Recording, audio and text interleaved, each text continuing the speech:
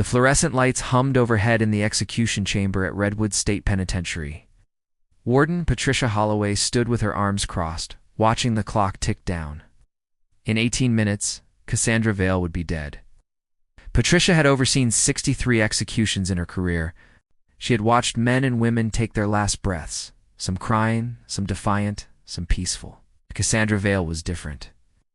In 8 years on death row, the woman had never once protested her innocence. She had confessed to murder, pled guilty, and refused every appeal. She wanted to die. That was what bothered Patricia most. Down the corridor, Cassandra sat in holding cell 9, her hands folded in her lap. She wore the standard white execution garments. Her dark hair hung loose around her shoulders. At 34 years old, she looked both younger and older than her years. Younger because of her smooth skin and bright eyes. Older because of the weight she carried in her expression. Deputy Warden Marcus Chen approached the cell with the transport restraints. He had known Cassandra for the entire 8 years she had been here. He had watched her transform from a terrified young woman to someone who had accepted her fate with unsettling calm. "It's time, Cassandra." Cassandra stood without hesitation. She held out her wrists. The fluorescent light cast shadows across her face, making her look ghostly. "Are you ready?" Cassandra smiled slightly, a smile that didn't reach her eyes. "I've been ready for 8 years, Marcus." Marcus fastened the restraints, his hands moving with practiced efficiency. He had escorted 47 people to their deaths. Cassandra would be 48. Each one left a mark on him, a weight he carried home at night. "You know, in all my years here, I've never understood you. What's there to understand? You confessed. You pled guilty. But you never seemed like a killer to me." Cassandra looked at him with those calm, knowing eyes. "Killers don't have a look, Marcus. We look like everyone else. That's what makes us dangerous." "Maybe, but something about your case always felt wrong." The evidence spoke for itself. "Evidence can lie." Cassandra laughed softly. "Now you sound like a defense attorney. It's just an observation." They began walking down the long corridor toward the execution chamber. Their footsteps echoed on the concrete floor, a rhythmic percussion marking the final minutes of Cassandra's life. The corridor stretched ahead, seeming longer than usual, each step heavy with finality. Other inmates called out as they passed. Some offered prayers. Some shouted curses at the system. Some simply watched in silence, knowing they might be next. Cassandra moved with calm certainty, as if she were walking to a job interview rather than her death. Her breathing was steady. Her face showed no fear. "Can I ask you something, Deputy Warden?" Marcus glanced at her. "What? Do you believe in fate?" Marcus considered the question. It wasn't the first time a condemned prisoner had asked him something philosophical in their final minutes. They all wanted meaning, some framework to understand their end. "I believe in choices. We make them. We live with them." Cassandra nodded thoughtfully, her eyes distant. "What if the choices we make aren't really ours? What if we're just playing parts that were written for us long before we were born? Then I guess we're all actors in a play we didn't audition for." Cassandra laughed, a genuine sound that seemed strange in this place of death and despair. "That's a good way to put it. We're all just following a script. Do you think you followed yours?" "Every word. Every stage direction. Right up to the final curtain." They reached the entrance to the execution chamber. Through the small window in the door, Marcus could see the gurney waiting. The 4 stands with their lethal chemicals. The witnesses gathering in the observation room behind the glass partition. He opened the door and they entered. The room smelled like antiseptic and fear, a combination Marcus had never gotten used to. The walls were painted a pale green, supposedly a calming color according to some prison psychologist. It didn't work. Nothing could make this room feel anything other than what it was, a place where the state killed people in the name of justice. Patricia Holloway stepped forward, her face professionally neutral. "Oh, gosh." She held a card in her hand, the same card she had read 63 times before. The words were burned into her memory, but protocol demanded she read from the card anyway. "Cassandra Marie Vale, you have been convicted of murder in the 1st degree and sentenced to death by the state of California. The sentence will be carried out by lethal injection. Do you have any last words?" Cassandra looked around the room slowly, taking in every detail. She looked at the witnesses through the glass partition. She saw Thomas and Margaret Morrison, the parents of her victim, sitting in the front row. Their faces were carved from stone, 8 years of grief etched into every line. She saw Detective Sarah Brennan, retired now but still haunted by this case. Sarah sat in the second row, her hands clasped tightly in her lap. She had built the case against Cassandra. She had testified at trial. She had helped send this woman to death row. But she had never been completely certain she had gotten it right. She saw the prison chaplain, Father Miguel, a kind-faced man who had visited her many times over the years. He had tried to save her soul. She had let him try, even though she wasn't sure she believed in souls anymore. She saw 2 reporters, their notebooks ready. They would write about this moment, turn her death into headlines and clickbait. She saw a representative from the Attorney General's office, there to make sure everything was done according to protocol. Then she looked back at Patricia. "Yes, I have something to say."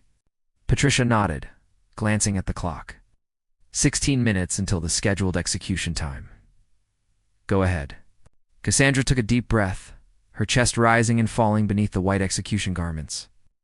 "I want everyone in this room to know that I am guilty. I killed Emily Morrison. I stabbed her 17 times in her apartment on March 15th, 2015. I deserve to die for what I did."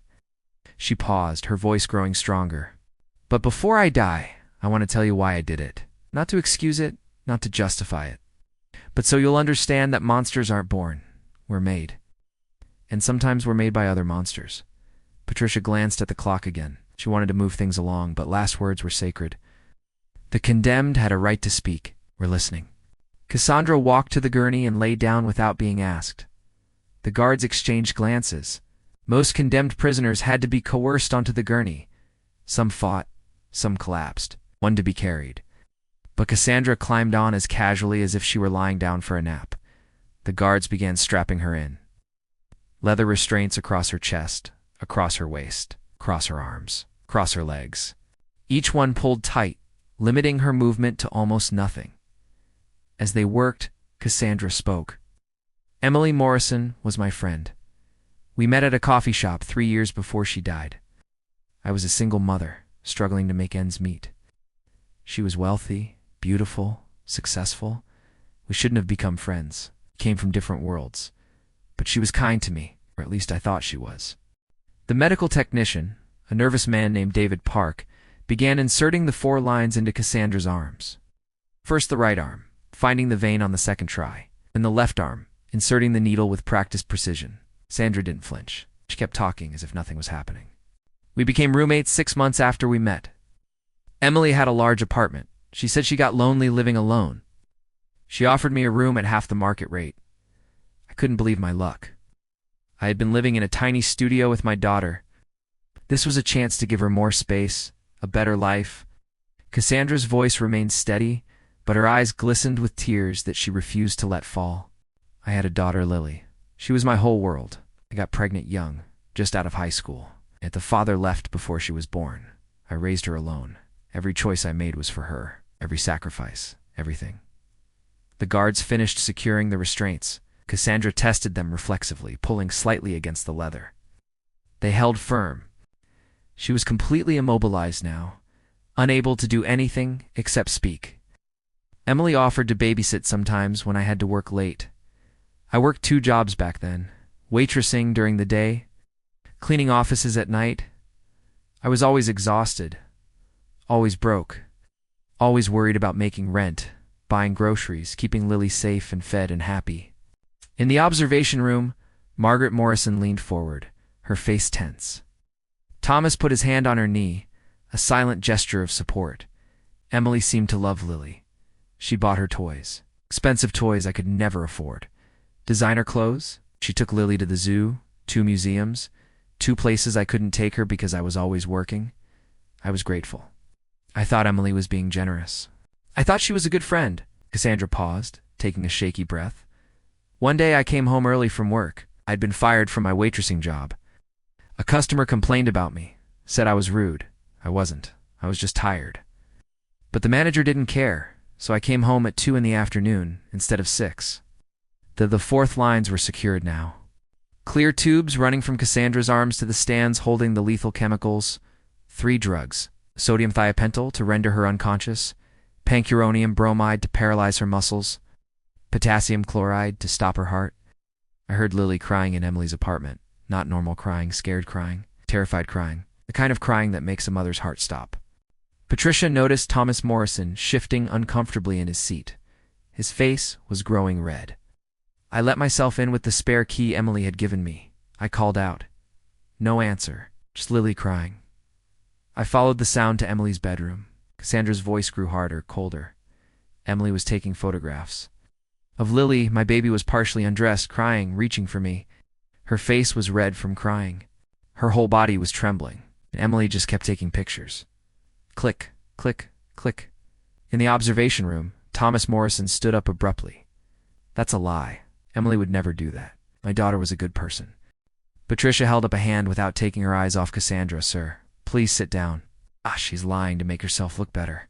She killed Emily in cold blood, and now she's making up stories. Sit down or I'll have you removed. Thomas sat, his hands clenched into fists. Margaret was crying silently, tears running down her face. Cassandra continued, as if the interruption hadn't happened. I grabbed Lily and confronted Emily. I was screaming, demanding to know what she was doing, how long this had been going on, what other pictures she had taken. What did she say? Patricia asked quietly. Cassandra's laugh was bitter. She didn't deny it. She said she had a problem, that she needed help. She couldn't control herself. She begged me not to report her. She cried. Real tears. Said she would get therapy. Said she would never come near Lily again. And what did you do? I told her I was calling the police. I told her she was sick, and she needed to face consequences for what she had done. I told her I was taking Lily and leaving, and if she ever came near us again, I would kill her. Patricia noticed Detective Brennan sitting up straighter in the observation room, her eyes fixed on Cassandra. How did Emily react? Cassandra's eyes grew distant, lost in memory. That's when everything changed. She stopped crying. Her face went cold. She said if I reported her, she would destroy me. She had friends in high places. Powerful friends. She would make sure I lost custody of Lily. She would claim I was an unfit mother, that I left my daughter alone, that I exposed her to dangerous situations. She had resources, lawyers, money, connections, and I had nothing. What did you say? I said I didn't care. I said I would rather lose custody to the state than let her get away with hurting my daughter. I grabbed Lily and I left. Cassandra paused, her voice dropping to barely above a whisper. But I was scared, terrified. What if Emily really could take Lily away from me? What if the system believed her instead of me? She was wealthy, respected, educated. I was a broke single mother with 2 low-wage jobs. Would they believe? So what did you do? I ran. I took Lily to the movies to calm her down, to make her forget what happened. She was so young, just 16 months old.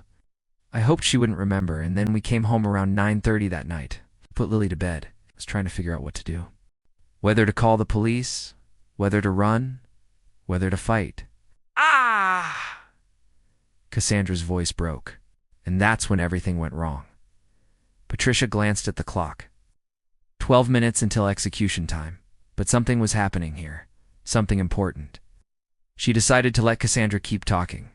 What went wrong? Cassandra closed her eyes, tears finally escaping and running down her temples into her hair. I left Lily in her crib and went to the store to buy groceries. I was only gone 20 minutes, maybe 20. When I came back, I found Lily in Emily's apartment. Standing over Emily's body, holding a knife, the room erupted. Margaret Morrison screamed. Thomas lunged toward the glass. The guards moved to restrain him.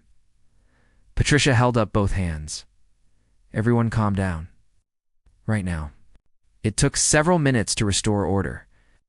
Thomas was escorted out of the observation room. Margaret stayed, her face pale, her hands shaking.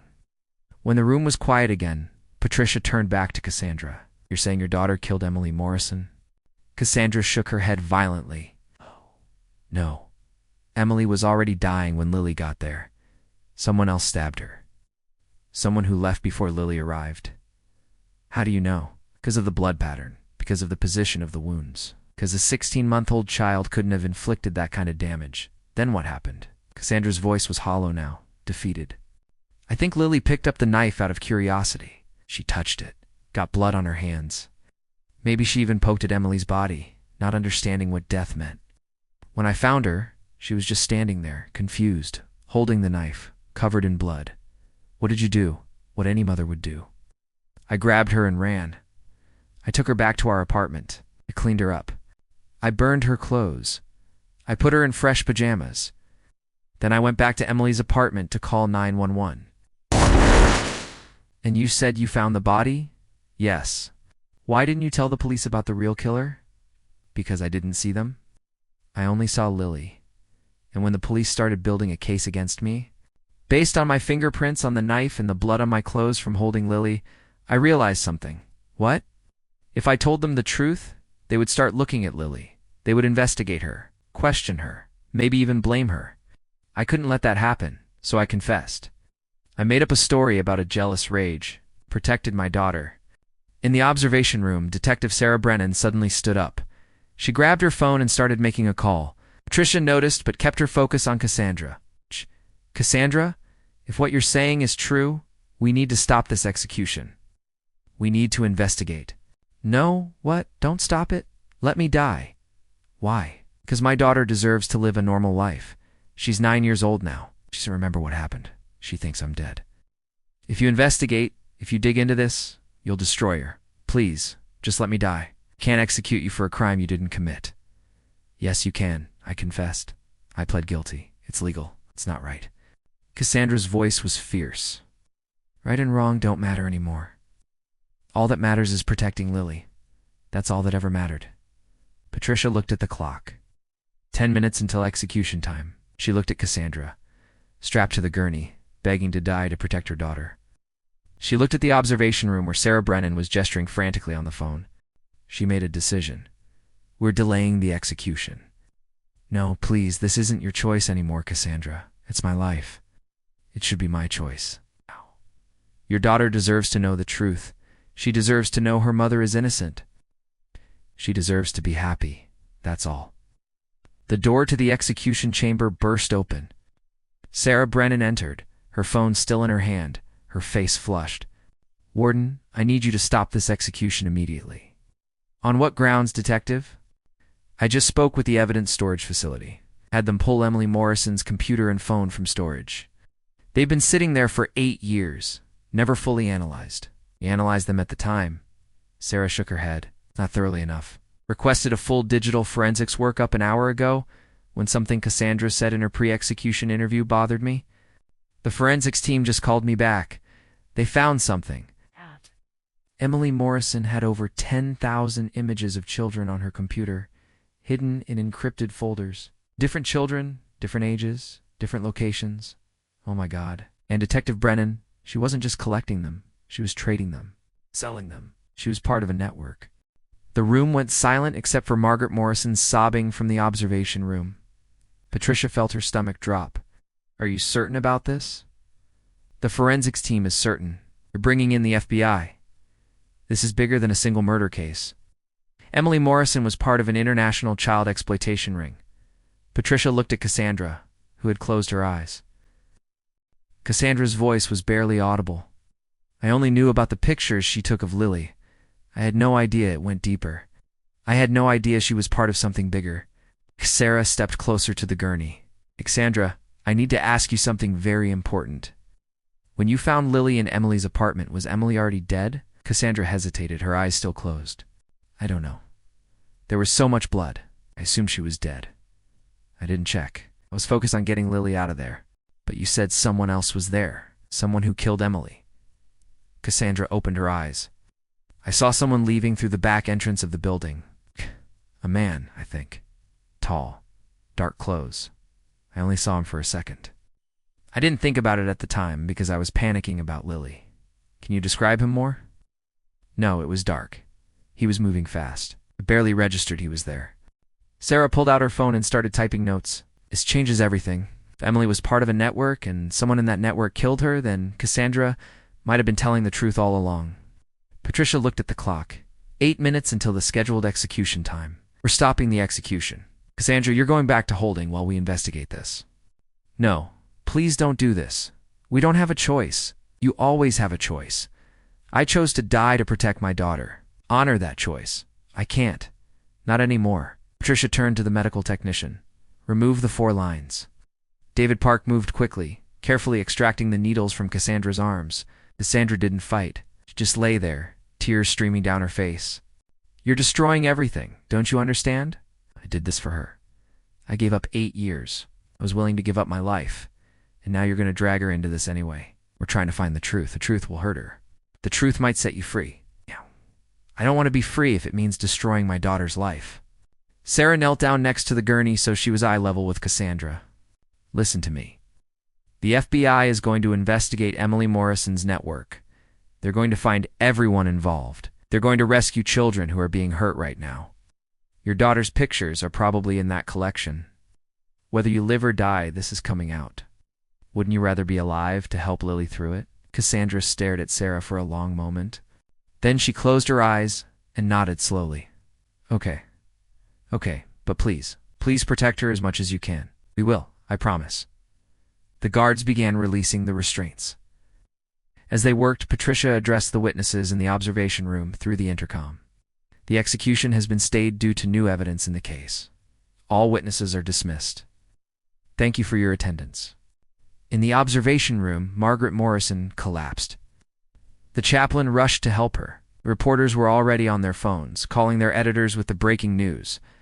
As the guards helped Cassandra sit up, her legs shaky from adrenaline and fear, Sarah spoke quietly. Cassandra, I need you to tell me everything you remember about that night. Every detail, no matter how small.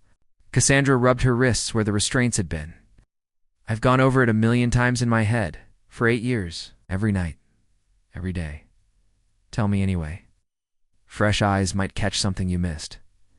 Cassandra took a deep breath. I left the apartment around 9 p.m. to go to the grocery store. Lily was in her crib, asleep. Or at least I thought she was asleep. The store was only 3 blocks away. I was gone maybe 20 minutes. What did you buy? Bread, some vegetables. I still have the receipt somewhere in the evidence files. And when you came back, I came up the stairs with the groceries. When I got to our floor, I saw Emily's apartment door was open. Not wide open, just cracked. Like someone had left in a hurry and didn't close it all the way. What did you do? I called out. Asked if everything was okay. No answer. I put down the groceries and pushed the door open. What did you see? Emily was on the floor. So much blood. It was everywhere. On the carpet, on the walls, on the furniture. I had never seen that much blood before. Where exactly was she? In the living room, between the couch and the coffee table. She was on her back. Her eyes were open, staring at the ceiling, and Lily, standing next to the body, holding a kitchen knife. Her hands were covered in blood. Her pajamas had blood on them. She was just standing there, staring at Emily, not crying, not moving, like she was in shock. What did Lily do when she saw you? She looked at me and said, Mama, just that one word. Then she dropped the knife and started crying. What did you do? I grabbed her. I held her. I was trying to figure out what happened, how she got there, why she was holding the knife. Did you check Emily's pulse? No, I was focused on Lily, on getting her away from there, so Emily might have still been alive. Cassandra's face crumpled. I don't know, maybe. I assumed she was dead because of all the blood. But I didn't check. Just grabbed Lily and ran. Where did you go? Back to our apartment. I put Lily in the bathtub. I washed the blood off her. She was crying the whole time, asking for her teddy bear. It was in Emily's apartment, and I wasn't going back for it. What did you do with her bloody clothes? I put them in a garbage bag. Later that night, after the police left, I burned them in the dumpster behind the building. And then I put Lily in clean pajamas. I put her in her crib. I told her to stay there. I told her everything was okay. Then I went back to Emily's apartment. Why? Because I needed to call 911. I needed to report the body. Was trying to figure out what to say. How to explain what happened without involving Lily. And that's when you touched the knife. I picked it up. I don't know why. Maybe I was going to hide it. Maybe I was just in shock. I held it for a few seconds. Then I put it back down. It's when I called 911. What did you tell them? I said I came home and found my roommate dead. That was it. I didn't elaborate. When the police arrived, They questioned me. They saw the blood on my clothes from holding Lily. They found my fingerprints on the knife. They asked where I was. I said I was at the store. They checked. The security footage showed me buying groceries at 9:15. The medical examiner estimated time of death between 8:30 and 9:30, so I didn't have an alibi for the whole window. When did you confess? 2 days later? After they arrested me? My lawyer said they had enough evidence to charge me. He wanted to fight it. But I couldn't risk them investigating further. Couldn't risk them finding out about Lily being there, so I confessed. And you made up the story about the jealous rage? Yes, I said. Emily and I fought about a man, that I lost my temper, that I stabbed her. Da-da-da-da-da-da. None of it was true. But it matched the evidence well enough that everyone believed me. Yes. Sarah was typing everything into her phone. Cassandra, you said you saw a man leaving the building. Can you tell me more about that? It was when I was coming back from the store. I was about half a block away from our building. I saw someone coming out the back entrance, the one that leads to the alley. What time was this? Maybe 9:25? Right before I went upstairs? And you're sure it was a man? Pretty sure? Tall, broad shoulders, dark clothes, maybe a jacket or hoodie. Did he see you? I don't think so. He was walking fast. Away from the building, he got into a car parked in the alley. What kind of car? I don't know, dark-colored, maybe black or navy blue. I wasn't paying attention. I was focused on getting home with the groceries. Did you tell the police about this? When I confessed, I didn't mention it. I was trying to make the story simple, clean. If I mentioned seeing someone else, they would have investigated. They might have found Lily's involvement. Sarah stood up and paced the room. Okay, this is good. If there was another person there, someone who actually killed Emily, then everything changes. Patricia stepped forward. What's our next move? Sarah looked at her. Need to reopen the case completely. Full forensic analysis of the apartment. To interview everyone who knew Emily. Dig into her network. Find out who might have wanted her dead. How long will that take? Weeks. Maybe months. And what happens to Cassandra in the meantime? She goes back to death row. But her execution is stayed indefinitely. Cassandra spoke up. What about Lily? What happens to my daughter? Sarah turned to face her. We'll need to interview her. Gently. With a child psychologist present, she might remember something that can help us. She was 16 months old. She won't remember anything. You'd be surprised what children remember, even from that age. I won't let you traumatize her, Sandra. This isn't up to you anymore. She's my daughter. She might be the key to finding Emily's real killer. To setting you free. I don't care about being free. I care about protecting her. Then let us do our job. We'll be as gentle as possible. Cassandra looked at Patricia. I want a new lawyer. A good one. Someone who will fight for Lily's rights. I'll make sure you get one. And I want to see my daughter before you question her. I want to prepare her. We'll arrange it. Patricia turned to the guards. Take her back to holding. Get her some food, some water. She's been through enough for one day.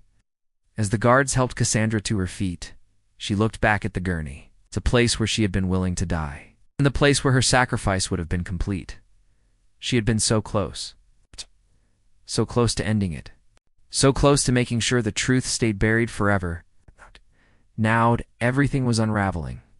The guards escorted her out of the execution chamber. As she walked down the corridor, the other inmates called out again, this time with confusion. Why was she coming back? What happened? Cassandra didn't answer.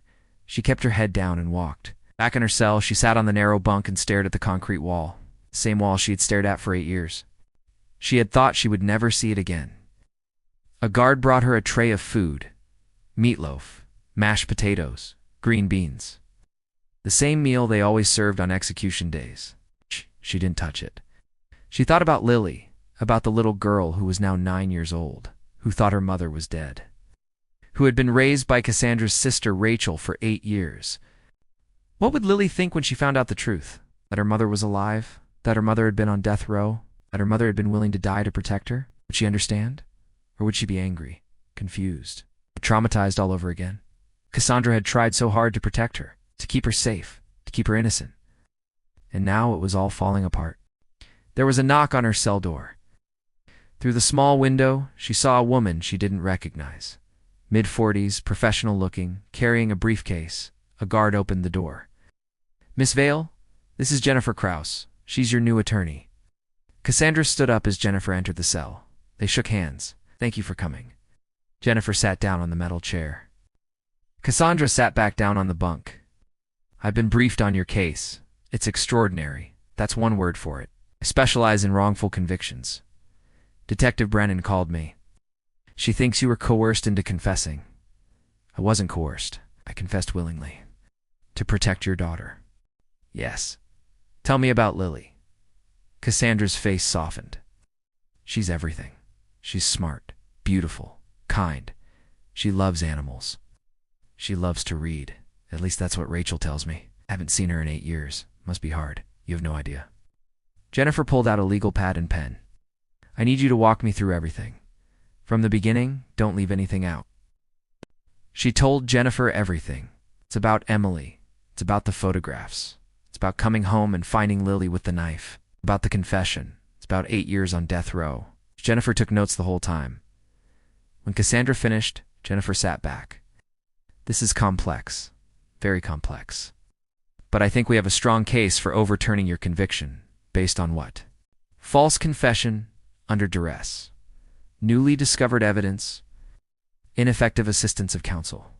Your original lawyer should have investigated Emily's background more thoroughly. He tried. Wouldn't let him. That doesn't matter. He had a duty to defend you competently." Cassandra shook her head. "I don't care about overturning my conviction. I care about protecting Lily. Those two things aren't mutually exclusive." "Yes, they are. If you overturn my conviction, you'll have to prove someone else killed Emily. That means investigating. Which means dragging Lily into it. Lily is going to be dragged into it anyway. The FBI is investigating Emily's network. Her pictures are in that collection. This is coming out whether we fight your conviction or not." Cassandra felt sick. How do I protect her from that? You can't protect her from the truth, but you can help her process it. You can be there for her. But you can't be there for her if you're dead. Cassandra was quiet for a long moment. "What do you need from me?" "Full cooperation.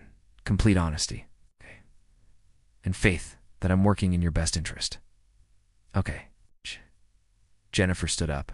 "I'll be back tomorrow. In the meantime, rest. You've been through a trauma today." After Jennifer left, Cassandra lay down on the bunk. She stared at the ceiling, her mind racing. She had spent 8 years preparing to die, accepting it, welcoming it even. Now she had to figure out how to live again, how to be a mother again, had to face the daughter who thought she was dead. The next morning, arrangements were made for Cassandra to visit with Lily. It would happen at the prison, in a special family visitation room. Rachel would bring Lily.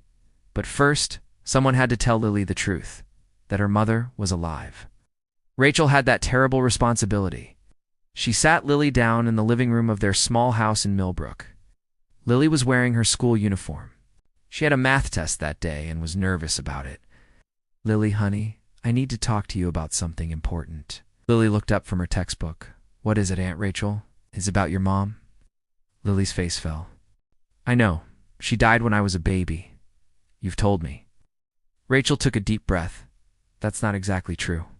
I'm sorry. I lied to you." Lily's eyes widened. "What do you mean?"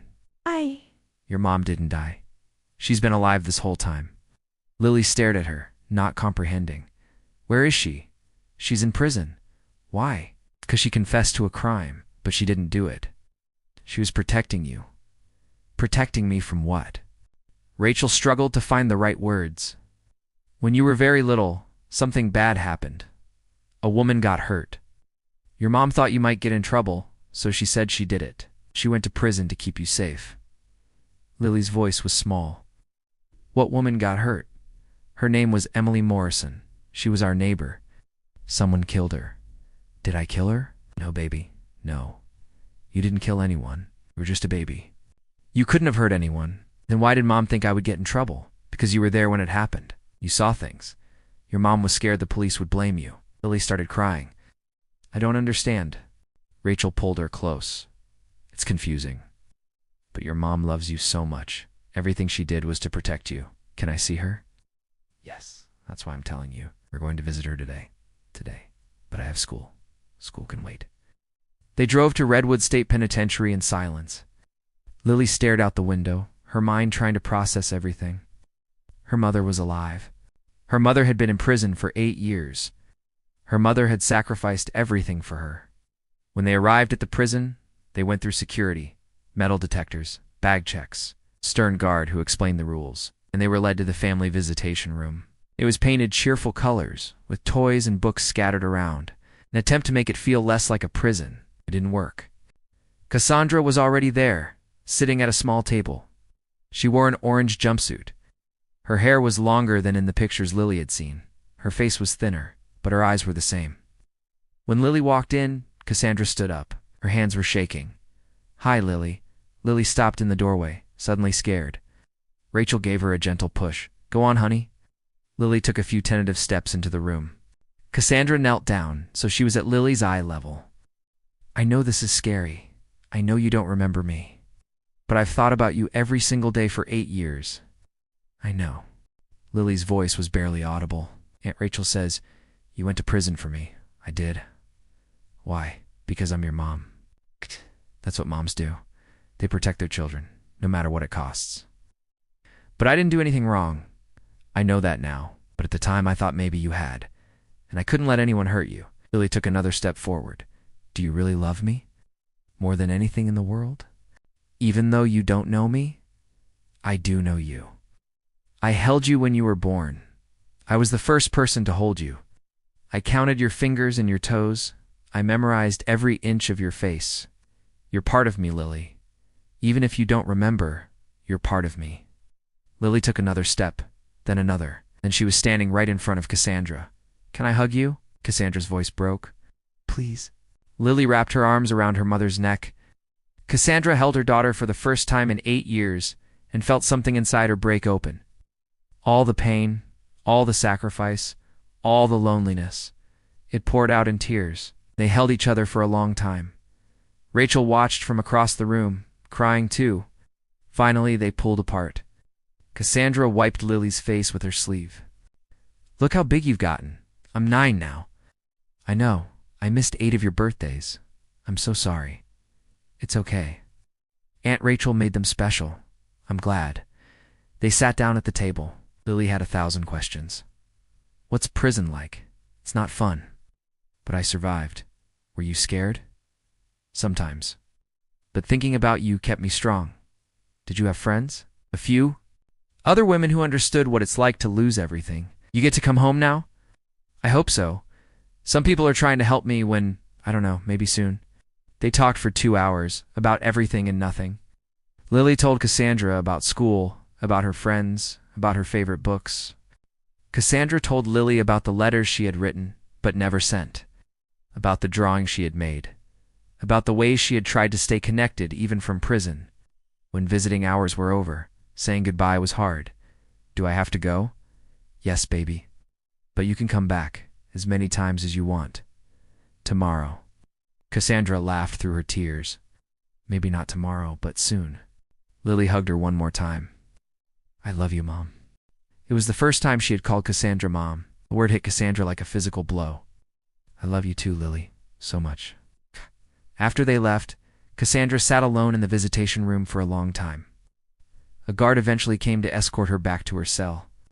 As she walked through the corridors, she felt different, lighter somehow, like she had been carrying a weight for 8 years. And someone had finally helped her put it down. She had seen her daughter, held her, heard her say, "I love you." Whatever happened next, she had that, and it was enough. The FBI investigation into Emily Morrison's network moved quickly. Within a week, they had identified over 300 members worldwide. Arrests were being made across multiple countries. Special Agent Jennifer Torres was leading the investigation. She and her team worked around the clock, analyzing the digital evidence, tracking down suspects, rescuing children. One piece of evidence kept standing out: encrypted messages between Emily and someone using the username Phantom. The messages were threatening, aggressive, and they escalated in the days before Emily's death. "You're becoming a liability, Emily. We can't afford loose ends." "I'm not a loose end. I've been loyal." "Loyalty only goes so far. You're drawing too much attention. I'll be more careful." "It's too late for careful. You need to disappear." "Can't just disappear. I have a life here. then you're a fool. The last message was sent at 8 p.m. on the night Emily died. This ends tonight, one way or another. The FBI tech team worked to trace Phantom's IP address. It bounced through servers in 7 different countries. Professional-grade encryption, military-level security. But everyone makes mistakes. Phantom made one. A single message sent from a coffee shop in downtown Los Angeles. The shop had security cameras. The footage showed a man in his mid-40s, wearing an expensive suit, typing on a laptop. Facial recognition gave them a name. David Crane. Businessman. Philanthropist. Board member of 3 charities. Married with 2 children. On the surface, he was a pillar of the community. But when the FBI dug deeper, they found cracks in the facade. Crane traveled frequently to Thailand and the Philippines, claimed it was for business. But his company had no legitimate business dealings in those countries. His financial records showed large cash withdrawals, payments to shell companies, transfers to offshore accounts. And most damning, his laptop and phone contained thousands of images of children, including images of Lily. The FBI arrested David Crane at his office in downtown Los Angeles. He was in a meeting with investors when agents burst in. David Crane, you're under arrest for child exploitation, trafficking, and suspicion of murder. Crane's face went white. He looked at the agents, then at his investors, then back at the agents. I want my lawyer. They cuffed him and let him out. News crews were already gathering outside. By evening, it would be headline news. When questioned, Crane refused to talk. His lawyer advised complete silence, but the evidence spoke for itself. GPS data from Crane's phone placed him near Emily Morrison's apartment building on the night she died. Security footage from a nearby store showed a man matching Crane's description entering the building's back entrance at 8:45 p.m. And forensic analysis of Emily's computer showed she had threatened to expose the network, to go to the authorities, to bring everyone down with her. Crane had motive. He had opportunity. And he had the resources to hire someone to do his dirty work. The prosecution built their case over the next 3 months. It was circumstantial, but it was strong. Meanwhile, Jennifer Cross was building Cassandra's case for overturning her conviction. She filed motion after motion, arguing false confession, newly discovered evidence, Brady violations, ineffective assistance of counsel. State Attorney General's office fought back. They argued that Cassandra's confession was voluntary. She had known details only the killer would know. That her conviction should stand regardless of new evidence against Crane, but public opinion was shifting. The media had latched on to Cassandra's story. A mother who confessed to murder to protect her daughter, who spent 8 years on death row, who was minutes from execution when the truth emerged. It was the kind of story that captured people's imagination. Support poured in from advocacy groups, from wrongful conviction organizations, from mothers around the country who understood what Cassandra had done. For months after the state execution, a judge agreed to hear arguments for vacating Cassandra's conviction. The courtroom was packed. Reporters, advocates, curious onlookers. And in the front row, Rachel and Lily. Lily was wearing a dress. Rachel had helped her pick it out. She wanted to look nice for her mom. Cassandra was brought in wearing handcuffs and leg shackles. When she saw Lily, she smiled. Lily smiled back. Jennifer Krause stood and addressed the judge. Your Honor, we are here today because of a grave miscarriage of justice. 8 years ago, my client confessed to a murder she did not commit. She did so not out of guilt, but out of love. Out of a desperate desire to protect her daughter from being implicated in a crime. The prosecutor stood. Your Honor, with all due respect, the defendant confessed freely. She provided details of the crime that only the killer would know. The confession was not coerced. It was voluntary. Jennifer countered. The details in her confession came from police reports that were available to her attorney. She crafted her confession to match the evidence. This is well documented in cases of false confession. The judge, a stern woman named Patricia Mahoney, listened carefully. Miss Cross, what new evidence are you presenting? Jennifer presented everything. It's the forensic analysis of Emily's computer, the network, David Crane's arrest, the GPS data, security footage, Lily's testimony about seeing a man leaving the building. The prosecutor tried to argue that none of this proved Cassandra was innocent, that Crane and Cassandra could have worked together, that Cassandra still might have killed Emily. But Jennifer dismantled each argument. Your Honor, the prosecution's theory makes no sense. Why would my client, a struggling single mother, team up with a wealthy businessman in a child exploitation network? What would her motive be? Where is the evidence of any connection between them? The prosecutor had no answer. Judge Mahoney took 2 weeks to deliberate. Cassandra waited in her cell, hoping and praying. Lily visited 3 more times during those 2 weeks. Each visit they grew closer. Lily started calling Cassandra Mom without hesitation, started talking about the future, about things they would do together when Cassandra was free. If Cassandra was freed. Finally, the judge issued her ruling. The courtroom was packed again. Cassandra sat at the defense table, her hands clasped tightly. Judge Mahoney entered, and everyone stood. Please be seated. The judge looked at Cassandra. Ms. Vale, 8 years ago you confessed to the murder of Emily Morrison. You pled guilty. You were convicted and sentenced to death. For 8 years you have maintained that you were guilty, till the day of your scheduled execution. Cassandra nodded, not trusting herself to speak. I have reviewed all the evidence presented by both sides. I have read the transcripts of your original trial. I've examined the new forensic evidence, and I have come to a conclusion. The room was silent. Based on the newly discovered evidence, including forensic analysis of Emily Morrison's computer, evidence of a criminal network, GPS data placing another suspect at the scene, and your daughter's testimony about seeing an unknown man, I find that your confession was likely false. It's made under extraordinary emotional duress to protect your child. Right. Cassandra started crying. Therefore, I am vacating your conviction. All charges against you are hereby dismissed. You are free to go. The courtroom erupted.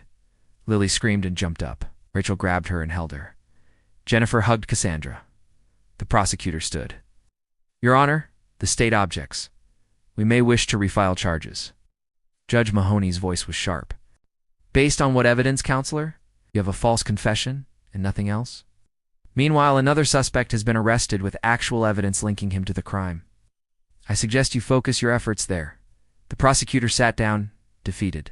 Cassandra was processed out of custody that afternoon. She changed out of her orange jumpsuit and into clothes Rachel had brought. Jeans, a sweater, regular shoes instead of prison slippers. When she walked out the front gates of Redwood State Penitentiary, Lily and Rachel were waiting. Lily ran to her, and Cassandra swept her up in her arms. You're really free? I'm really free. Forever. Forever. They drove back to Millbrook together. Cassandra sat in the back seat with Lily, holding her hand the whole way. Everything looked different through free eyes. Brighter, more vivid, more alive. When they got to Rachel's house, Lily gave Cassandra a tour. This is my room. This is where we eat dinner. This is the backyard where I play. Cassandra took it all in, grateful for every detail. That night, she tucked Lily into bed for the first time in 8 years. Will you stay? Until I fall asleep? Of course. Cassandra sat on the edge of the bed, stroking Lily's hair. Mom? Yes. I'm glad you're home. Me too, baby. Are you going to leave again? Never. I promise. What if something bad happens? Then we'll face it together, as a family. Lily smiled and closed her eyes. Cassandra started singing softly, the lullaby her own mother had sung to her. Lily's eyes flew open. I know that song. From my dreams. I used to sing it to you every night, I remember. Lily smiled and closed her eyes again. Within minutes, she was asleep. Cassandra sat there for a long time, watching her daughter breathe. She thought about the 8 years she had lost, the moments she would never get back. But she also thought about the 8 years Lily had been safe, happy, loved by Rachel. Maybe it had all been worth it. Maybe the sacrifice had meaning. She stood up quietly and left the room. Rachel was waiting in the hallway. Thank you for everything, for raising her, for keeping her safe. She's a good kid, because of you, because of both of us. They went downstairs and sat in the kitchen, drinking tea. What happens now? Rachel asked. I don't know. I need to find a job, find a place to live, figure out how to be a mother again. Can stay here as long as you need. Thank you. They sat in comfortable silence.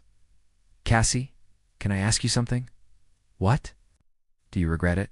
Confessing, Cassandra thought about the question. I regret losing 8 years with Lily, but I don't regret trying to protect her. Even if I was wrong about what I was protecting her from, you gave up everything. I would do it again. Really? For her? Yes, in a heartbeat. Rachel smiled. You're a better person than me. No, I'm just a mother. The next few weeks were an adjustment. Cassandra got a job at the bookstore where she had worked before her arrest, and the owner, Helen, hired her back without hesitation. She found a small apartment a few blocks from Rachel's house. Nothing fancy, but it was hers. Lily stayed with Rachel most of the time, but she visited Cassandra every day after school. They did homework together, cooked dinner together, watched movies together. Slowly, they built a relationship. 6 months after Cassandra's release, David Crane went to trial for the murder of Emily Morrison. Cassandra attended every day of the trial. She sat in the gallery, watching the evidence unfold. The prosecution presented a compelling case: the digital evidence, the threats, the GPS data, network connections. Crane's defense tried to create reasonable doubt. They argued the evidence was circumstantial, that Crane had never been to Emily's apartment, that the GPS data was unreliable. But the jury didn't buy it. After 4 days of deliberation, they returned a verdict: guilty. David Crane was sentenced to life in prison without the possibility of parole. Thomas and Margaret Morrison attended the sentencing. Afterward, Margaret approached Cassandra in the hallway. Miss Vale, can I speak with you? Cassandra nodded. I want to apologize for not believing you, for thinking you killed Emily, for everything you didn't know. I should have known my daughter was capable of such things. The signs were probably there. I just didn't want to see them. Parents see what they want to see. Margaret's eyes filled with tears. I lost my daughter twice. Once when she died, again when I learned who she really was. I don't know how to live with that. One day at a time. It's all any of us can do. How do you do it? After everything that happened to you, how do you keep going? Cassandra looked at her. I have Lily. She's my reason to keep going. What's yours? Margaret was quiet for a moment. I don't know anymore. Find one, even a small one. It'll be enough. Margaret reached into her purse and pulled out an envelope. This is for Lily. For her future. Please take it. Cassandra opened the envelope. Right. Inside was a check for $50,000. I can't accept this. Please. I need to do something good. Something that means Emily's death wasn't completely meaningless. Cassandra looked at the check, then at Margaret's tear-stained face. Okay, thank you. We'll use it to help other children. In Lily's name, that would be wonderful. Over the next year, Cassandra and Rachel set up the Lily Vale Foundation. Using the Morrisons' donation and additional grants, they created programs to help child victims of exploitation. Cassandra became the executive director. She used her story to raise awareness, to advocate for policy changes, to help other families. Lily, now 10, sometimes came to events with her. She was proud of her mom, proud of what they were building together. One day, a reporter asked Cassandra if she regretted the 8 years she spent on death row. Cassandra thought about the question. It was one she had answered many times. I regret the time I lost with Lily. I regret that she grew up thinking I was dead. But I don't regret loving her enough to sacrifice everything. That's what parents do. We protect our children, even when the cost is everything we have. Do you think you made the right choice? I think I made the only choice I could with the information I had. And I think that's all any of us can do. 2 years after her release, Cassandra stood in front of a crowd at a criminal justice reform conference. She told her story about the false confession, about death row, about nearly being executed, and about Lily, about the daughter who had given her a reason to survive. When she finished, the crowd stood and applauded. Afterward, dozens of people approached her, families of the wrongly convicted, people who wanted to help. Cassandra talked to each one, offering hope and solidarity. That night, she went home to her apartment. Lily was waiting for her. How was the speech? Good, I think. I watched it online. You're amazing? Thank you, baby. They made dinner together.